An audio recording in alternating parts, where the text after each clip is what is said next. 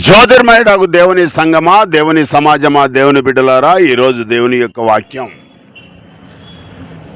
ఈరోజు ఎంపిక చేసుకున్న వాక్య సందేశము ఏమిటంటే, యేసు పరలోకముల నుండి భూమి మీదికి ఊడిపడ్డాడా అనే సందేశాన్ని మనం ఈ రోజున నేర్చుకుంటున్నాం. పుట్టుకకు ముందు యేసు ఎక్కడ ఉన్నాడు అనే సందేశాన్ని మనం నేర్చుకుంటున్నాం. జవాబు: పరలోకముల నుండి ఎవడు కూడా భూమి మీదకి వచ్చే అవకాశము లేనే లేదు, దూతలు తప్ప, దేవుని దూతలు తప్ప. యేసు పరలోకములో పుట్టుకకు ముందు లేడు, ఆయన ఉనికి కూడా లేదు.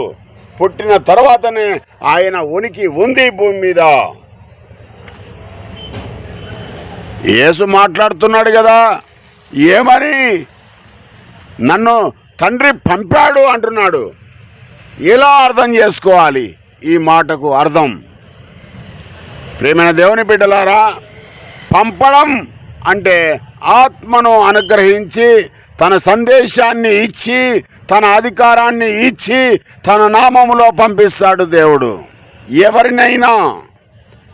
మరి దేవుడు సర్వాంతర్యామి కదా, అంతటా ఉండేవాడు కదా.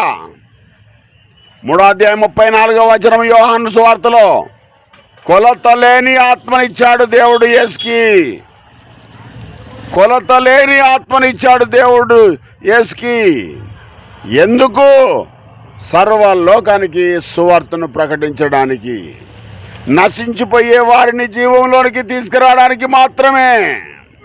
6వ అధ్యాయం 27వ వచనము, నిత్య జీవానికి సంబంధించిన అక్షయమైన ఆహారము ప్రజలందరికీ ఇవ్వడానికి దేవుడు యేసుని ముద్ర వేశాడు. ప్రియమైన దేవుని బిడ్డలారా, పరిశుద్ధాత్మ దేవుడు ఎందుకు ఇస్తాడు పరిశుద్ధాత్మను అంటే, పరిశుద్ధాత్మ అంటే మూడవ దేవుడు అనేవాడు కాడు. పరిశుద్ధాత్మ అంటే మూడవ దేవుడు అనేవాడు మూర్ఖుడు. పరిశుద్ధాత్మ అంటే దేవుని యొక్క ఆత్మ. దేవుని యొక్క ఆత్మ మనుషులకు క్రీస్తుతో సహా ఎందుకు ఇస్తాడు అని అంటే, సువార్తను బలంగా, ధైర్యంగా, ఏమీ ఆశించకుండా, దేవుని యొక్క రాజ్యాన్ని, దేవుని యొక్క నీతిని తగ్గట్టుగా ప్రజలను బ్రతికేటట్టు అందరినీ మోటివేషన్ చేయడము, వారిని సరి చేయడానికే దేవుని యొక్క ఆత్మను దేవుడు దయచేస్తాడు. ప్రేమైన దేవుని బిడ్డలారా, అర్థమైందా? యేసు మనలాంటి మనిషియే. దేవుని యొక్క ఆత్మ ఆయన మీద ఉన్నది కాబట్టి గొప్ప గొప్ప కార్యాలు చేశాడు. ప్రాణాన్ని ఇవ్వడం కూడా చేశాడు దేవుని యొక్క ఆత్మని ఇవ్వడం ద్వారా.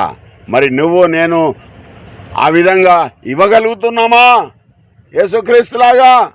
యేసుక్రీస్తు ఆయన మీద దేవుడు కొలతలేని ఆత్మను ఉంచాడు గనుక గొప్ప గొప్ప సూచక్రియలు, మహత్కార్య, అద్భుత కార్యాలు చేశాడు. దేవుని కుమారుడిగా బ్రతికాడి లోకంలో, దేవుని చేత గొప్ప చేయబడి, దేవుని చేత మహిమపరచబడి, 3వ దినాన దేవుడు ఆయనను లేపి తన కుడిపార్శ్వమున కూర్చుండబెట్టుకొని ఉన్నాడు. 2వసారి క్రీస్తును పంపిస్తాడు. యేసులో దేవుడు ఉంచిన మాటల ప్రకారంగా ఎవడైతే బ్రతుకుతాడో, ఈ యొక్క క్షయమైన ఈ శరీరాన్ని అక్షయమైనదిగా మార్చి, క్రీస్తు దేవుడిచ్చిన అధికారము, నిత్య జీవం మనకు కూడా అనుగ్రహిస్తాడు. ప్రియమైన దేవుని బిడ్డలారా, ఇంత గొప్ప వాక్యము విన్న మీరు ధనియులు, దొంగ బోధకుల వలలో పడకండి, వారి ఉచ్చులో పడకండి, దేవుని నుంచి దూరం కాకండి, యేసు నుంచి దూరం కాకండి. స్వచ్ఛమైన వాక్యాన్ని నేర్చుకోండి. ఈ యొక్క ఛానల్లో ఉంటాయి కనుక ఈ ఛానల్ను సబ్స్క్రైబ్ చేసి ఎల్లకాలము మీ యొక్క పరిశుద్ధతను కాపాడుకోవాల్సిందిగా ప్రభుపేట కోరుతూ ఈ మాటలు ఇంతటితో ముగిస్తున్నాను. దేవుడు మిమ్మల్ని దీవించుగాక.